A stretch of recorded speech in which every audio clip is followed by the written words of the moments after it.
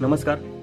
आपल्या देशात सामान्य माणसाच्या जीवाची किंमत शून्य आहे याची रोजच्या रोज अनेक उदाहरणं आपल्याला सापडत असतात. त्यात आणखी एका उदाहरणाची भर पडली आहे. ज्या देशाला आपण $4 ट्रिलियन इकॉनॉमी वगैरे म्हणून मोठ्या गौरवाने मिरवतो, त्या देशात हवेचं प्रदूषण किती गंभीर आहे हे आपण बघितलं. पण आता त्याबरोबर पाण्याचं प्रदूषण बघा किती गंभीर आहे.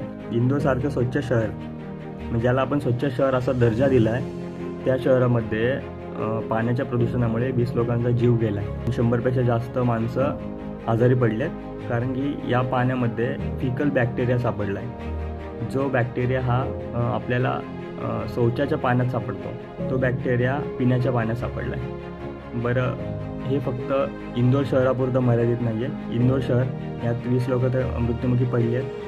त्यानंतर गांधीनगरमध्ये टायफॉईडचा आउटब्रेक झाला आहे दूषित पाण्यामुळे. हे बघा, दूषित पाण्यामुळे टायफॉईडचा आउटब्रेक झाला आहे. नंतर हैदराबादमध्ये बघा, हैदराबादमध्ये पण तीच परिस्थिती आहे.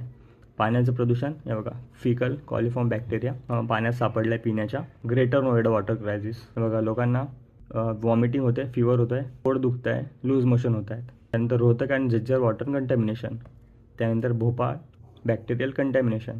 हे बघा, भोपाळमध्ये पण तीच परिस्थिती, 20 लोकांचा जीव गेला आहे. म्हणजे ह्या देशात स्वच्छ काय राहिलं आहे, चांगलं काय राहिलं आहे, जे आपण कुठल्याही भीतीशिवाय घेऊ शकतो, खाऊ शकतो, पिऊ शकतो, याबद्दल विचार करायला हवा. आणि आपल्या सरकारला हे प्रश्न विचारायला हवेत की ज्या देशाला आपण मोठी, सगळ्यात जगातली सगळ्यात मोठी अर्थव्यवस्था बनवायचा प्रयत्न करतो आहे, त्या देशात इथल्या लोकांना साध्या साध्या बेसिक गोष्टी मिळत नाही आहेत. पाणी मिळत नाही आहे, हवा मिळत नाही आहे.